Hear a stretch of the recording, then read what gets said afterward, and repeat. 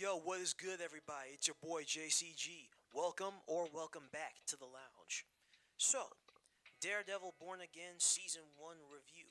That's what we're going to be talking about today. And now that the full season is finally finished, all 9 episodes are on Disney Plus.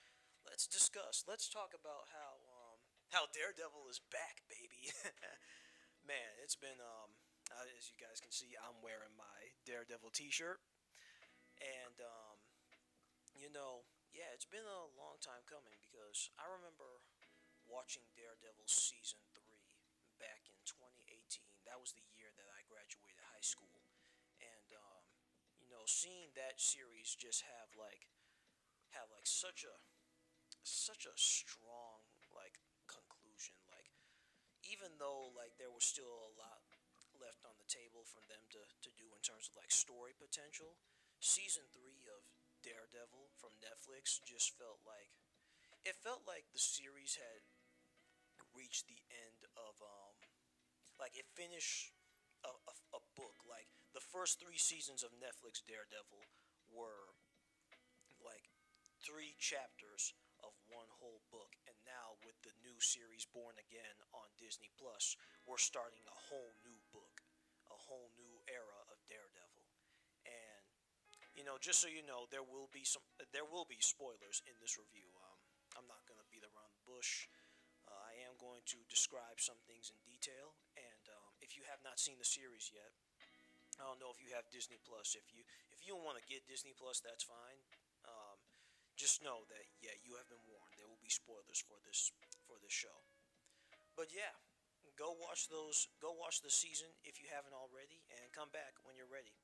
With that being said, let's just get right into it. Let's talk about the pros, the cons, and the I would say maybe the wasted potential of Daredevil Born Again season 1. So let's just start off by saying this. This show I think is really good, all right? I think it's almost close to that same bar of quality as the Netflix series, the Netflix version, I should say. Is it perfect? Is it a perfect series? No, it's not. And you know, a lot of people will say that Daredevil was probably the most perfect superhero show to have ever been created, and I would agree to some extent. You know, trying to top what I would say is easily one of the best comic book adaptations, like superhero adaptations ever in the pop culture space. Like, yeah, the first 3 seasons of Daredevil are a high bar to clear. So, yeah, there was a lot of like high expectations going into this. And for the most part, I would say that despite the fact that it's on Disney Plus, they they didn't sanitize it. Thank God. This is not like this is not like a completely Disneyfied version of Daredevil. It's still very violent, very much gory, and they even dropped the F bomb in here a bunch of times, and that's something that even the Netflix version did not do. So, yeah, let's just get into like the pros. Like, what did I like most about this first season? Well, for one, I do like the new Daredevil costume. um, it's sad because Daredevil in this suit still does not have his iconic double D logo. So, but good news is that if you watch one of my recent shorts on the channel, in season 2, Daredevil is finally going to get the double D logo because he's going to be having a Shadowlands inspired outfit for season 2 of the series. So, yes. All right, we got that to look forward to. So that's cool. But this costume I still think is great. Honestly, when it comes to like live action Daredevil costumes, I would say like if I had to rank them, I would rank I will rank this suit like as number 1, Ben Affleck's suit from like the 2003 Daredevil movie as number 2, and the original Netflix outfit as number 3. Like they're all great suits. I give the Ben Affleck suit like a leg up over the original Netflix suit just because You know, it looks a little bit more like the comic books, and it has the double D version, the double D logo. The only downside to Ben Affleck's outfit is that it was leather, and Daredevil should not be having an all leather outfit. But you know, the Born Again suit is really good. Definitely an armored look, and the red just pops more than the Netflix suit, the original Netflix suit. So yeah, I really like this costume. There are some other costumes I really liked in this series too. One of the villains of this season, Muse, he had a really creepy costume. They definitely pulled that look from straight from the comic books. That was a really like scary, um, you know, that's a really scary design for a villain. So definitely like that outfit.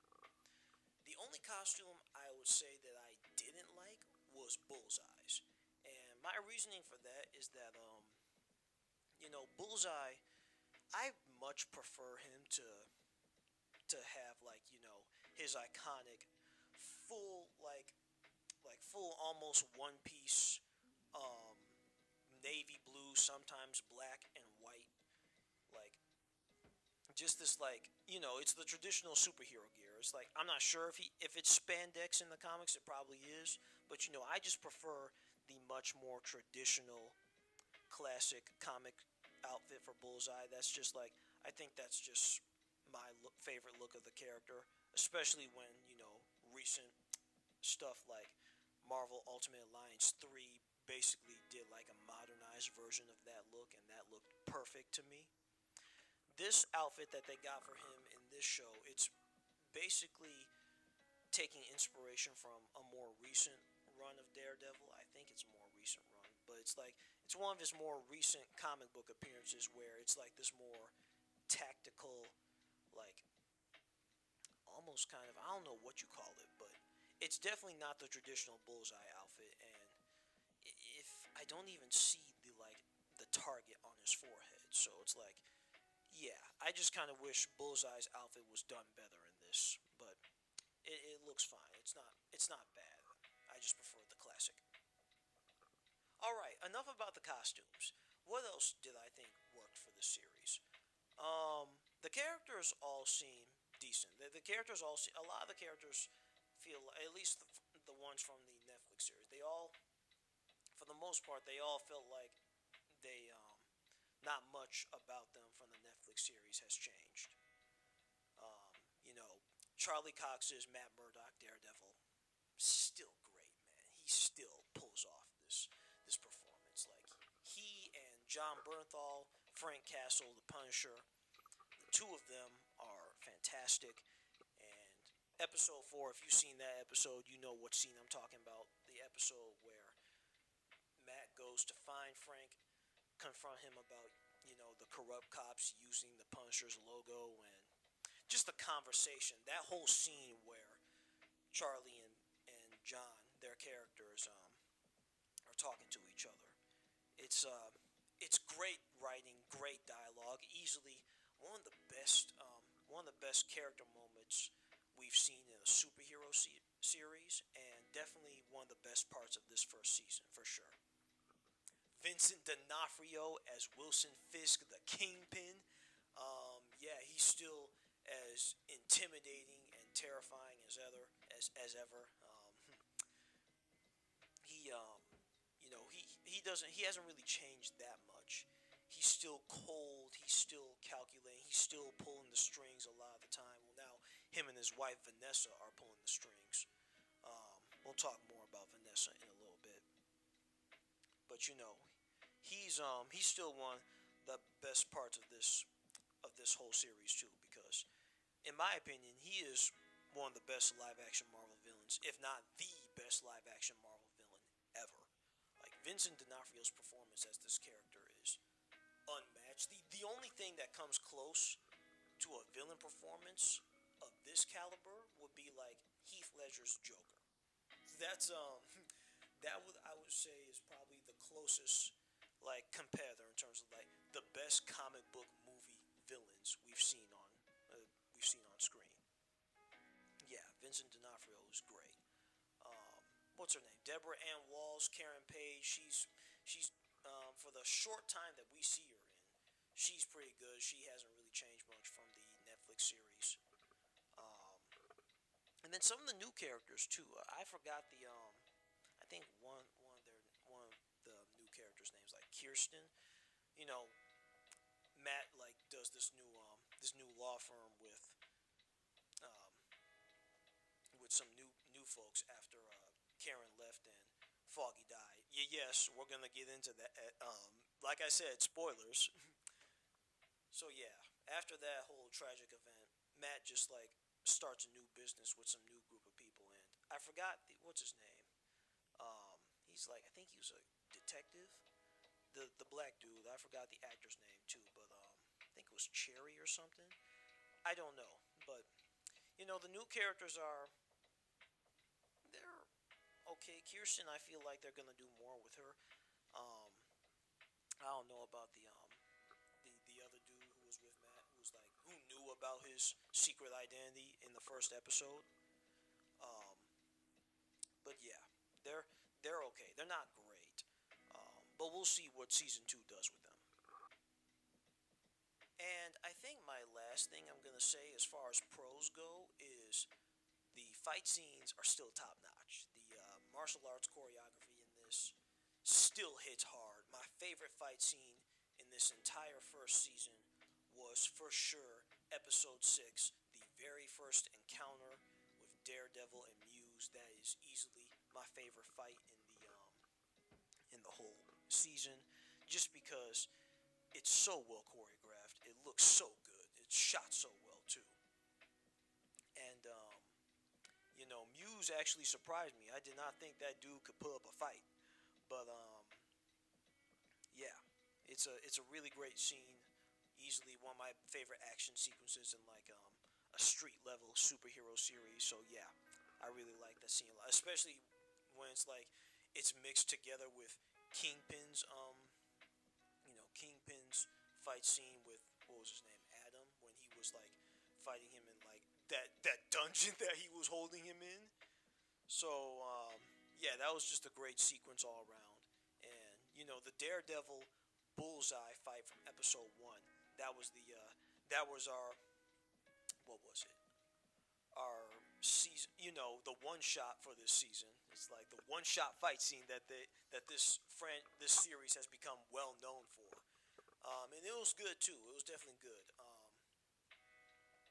There were some. We'll talk about this in the cons, but there were definitely some CGI bits that weren't best handled. But you know, those aren't those aren't those don't bother me that much. That fight scene was still very good, and I would say that's one of the that's up there with like the very first hallway fight from season one from the Netflix version, and the season three hallway fight where Matt's just I think he was in that prison or something. Yeah, he was in that prison. Like that's up there, like some of the best fights that this series had ever had to offer. So yeah, good fight scenes all around. All right, so now that we talked about the pros, let's get into the cons. What didn't I like about this first season? Well, like I said, this series is not perfect. And I think, and I've seen a bunch of other like reviews of this first season so far, and they've all been saying the same things in terms of like the pacing of the series and just the direction. This Before the series came out, there was like some trouble behind the scenes, just not like anything horrible, but definitely there was like some conflicting ideals on you know what they should do in the series and where the story was gonna go. And I would say one of the major like flaws with this first season in Born Again is you can definitely see that. Maybe I didn't notice it the first time, but now looking back on it, you can definitely see that this series definitely had an overhaul, like a creative overhaul, and you know, it feels like there's two like there's two different visions, like two different visions clashing. There's two different creative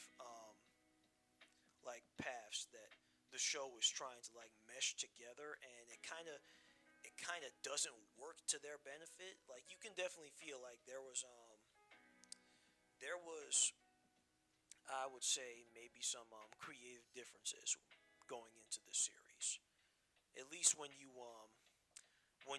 watch the first 5 to 6 episodes, and then you get to episodes 7 through 9, and you can definitely feel the difference in the creative vision, the creative direction, I should say. And yeah, that does kind of drag the show down just a little bit. Again, I still think it's a really good first season, but that is something that many people have noticed, and I've definitely started to realize it myself. Another thing I didn't like about this first season is were um, how certain characters reacted to situations like you know Wilson Fisk. Um, there's this whole subplot with him and his wife Vanessa, and I'm just gonna say it right now, I don't like Vanessa. um, it's hard. We all like to. They say that old line like we need a villain that we love to hate, and it's like somehow I hate Vanessa more than I hate Wilson Fisk. um, she's just as ruthless as he is, and there's this whole subplot where apparently she cheated on him with this dude named Adam, which I did mention in the previous part about the fight scenes and stuff like that. And Fisk kind of took it to a degree where he was just where he pretty much locked him in a dungeon, and because he was that pissed off about it. And a lot of people have been saying like, "Oh, this ain't Kingpin, this is Cockpin," and it's like, yeah, maybe a little bit, but that didn't ruin D'Onofrio's performance as the character. It is just it isn't a great um, it just isn't a great subplot to have, though. That's what I would say. Also, let's touch upon this again. Foggy dies in the first episode. Yeah, it was heartbreaking. Foggy Nelson is easily, back in the Netflix series, the second best character in that entire show. Like, we're talking about secondary side characters who are just if you wanted to know how to do a secondary side character perfectly, Foggy Nelson from the first 3 seasons of Daredevil he was just easily likable, easily one of the most one of those characters who you truly had a heart for. Like you really did want to root for him in the end because he was so genuine, and him and his relationship with Matt was just and with Karen too. All three of them just just great chemistry together, and it's sad that we got to lose him. But people have been saying that in the comics, Foggy Nelson has faked his death before, and there's possible rumors he could be coming back for season 2. I don't know.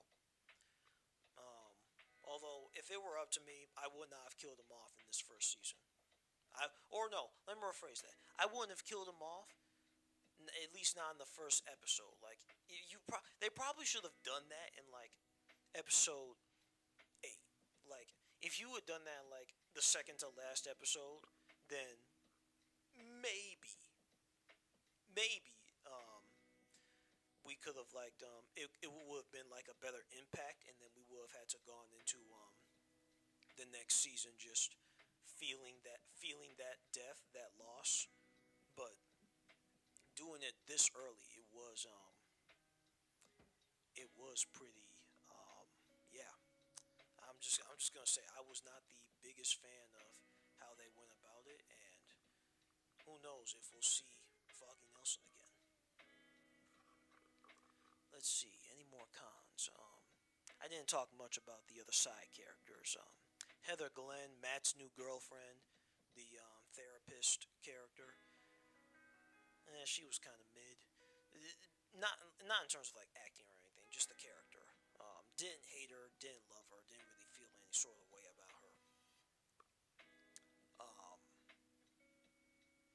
I will say, oh yeah, White Tiger, Hector Ayala.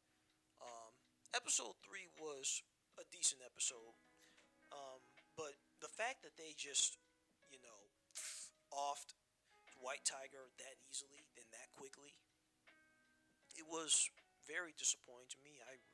I really do wish, like, that right there, I would say is wasted potential because, you know, I really thought White Tiger was going to be a little bit more important going into this series in terms of like help, maybe possibly helping out Daredevil defend his city against Fisk's new task force, his anti-vigilante task force. Like if they had kept Hector Ayala in the last episode and then killed him, then I probably would have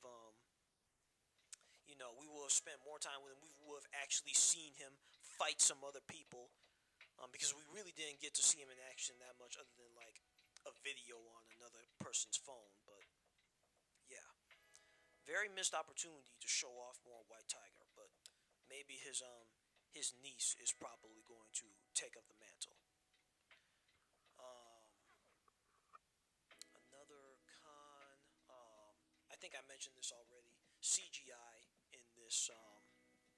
in this series, it's very minimally used, but yeah, some people were right. It isn't really that good. But then again, it's that's like minor stuff. I'm not really going to knock the CG. It's not great, but you know that's the least of this show's problems, I would say. There are some other parts that about the show that I wasn't the biggest fan of in terms of like how they handle the plot lines. Like with Muse, we talked about Muse earlier in the video, and he looks cool, but the character himself was pretty short-lived. Now I'm not upset about this. I actually was kind of happy that they killed off Muse pretty quickly because I didn't want him to have to be this major issue for Matt going into the second season. But some people didn't like that. They thought that the character of Muse was also kind of wasted potential. So yeah, and stuff with like that one subplot in episode 3 with the guy who got caught stealing the, what was it, caramel corn or something. And then episode 5, people thought that was just a filler episode, a good filler episode, I would say, but definitely a filler episode nonetheless. Kamala Khan's dad didn't necessarily need to be there, but yeah, stuff like that I would say definitely brought the show down just a little bit. It didn't like hinder the overall the overall outcome of the season, but definitely those are like parts in the show that I felt like they could have been worked on better from the writers. But overall, what are my thoughts on Daredevil Born Again as a whole? Well, like I said, I think it's a good first season. It's a very solid first season. Um, it was this close to matching the same level of perfection that the Netflix series had, but there were some road bumps along the way. And despite all of that, I think I will go as far to say that this whole first season is still, despite its flaws, is still far superior than most of Marvel's more recent stuff. It's way better than Brave New World. It's way better than you know, the Marvels or She-Hulk or Agatha all along. But then again, those aren't really high bars to clear. So it's way better than Deadpool and Wolverine. And yeah, Marvel just has not been on a good streak lately, and this kind of broke their bad streak. I would say this series, while not being absolutely 10 out of 10 amazing, um, it still knocked it out of the ballpark for my, at least in my opinion. Like this to me is Marvel at their best. This is Marvel Studios when they're actually locking in and putting in some good quality work. You may not agree with that, but to me, I would say that Daredevil Born Again is a series that mainly did it fully live up to the hype? Maybe not entirely, but it was definitely worth the long wait, and I'm looking forward to season 2 very much so. That ending, that somewhat of a cliffhanger ending at the end of episode 9, where Matt says to Karen, "We're gonna need an army." I hope that they're talking about bringing in the Defenders or some other street level Marvel heroes. Maybe we could get Luke Cage, Jessica Jones, and Iron Fist back. Hopefully, I really do hope that they don't miss the opportunity with that, because if we don't at least have some mention of those characters going into season 2, then that'll be pretty disappointing. They already can't bring in Spider-Man, which sucks, but that's a whole different conversation here and there. But yeah, season 2 I have even bigger high hopes for, and season 1 is pretty solid. Daredevil Born Again is a good series, I would say. I would give it an 8 out of 10. Like this is great. This is a good series, and y'all should watch it. If you were already fans of the Netflix Daredevil series, then you should definitely watch it. And if you didn't enjoy it, if you thought that it was pretty underwhelming, that's fine. I know this for some of the YouTube videos I watched, there were some folks that weren't entirely happy with how the series went, but you know what? For me, I would say W's like these, I would take, especially coming out of modern day Disney Marvel. I would say we should take them whenever we can get them, because this is this is to me this is a W. This is not like a major flop. This is not like just one of the worst things Marvel Studios has ever put out. This is not like an embarrassing project like She-Hulk or like The Eternals was, or even something like Secret Invasion. This is nothing in comparison to those. This is actual good quality work out of Marvel, and like I said, there's a lot more exciting things that we're probably going to see in season 2. So yeah, those are my thoughts on Daredevil Born Again. Thank you guys so much for coming to watch this video, and tell me your thoughts down in the comments section below. What did you think of Daredevil Born Again season 1? Did you think that it was a good series? Did it live up to the hype for you in terms of like being a revival of the Netflix series? Let me know in the comments down below, and if you want to see more videos just like this one, leave a like, comment, and subscribe for more, for more TV reviews, movie reviews, and just more geek culture. Join the lounge. I would love to have you here. Thank you again so much for watching.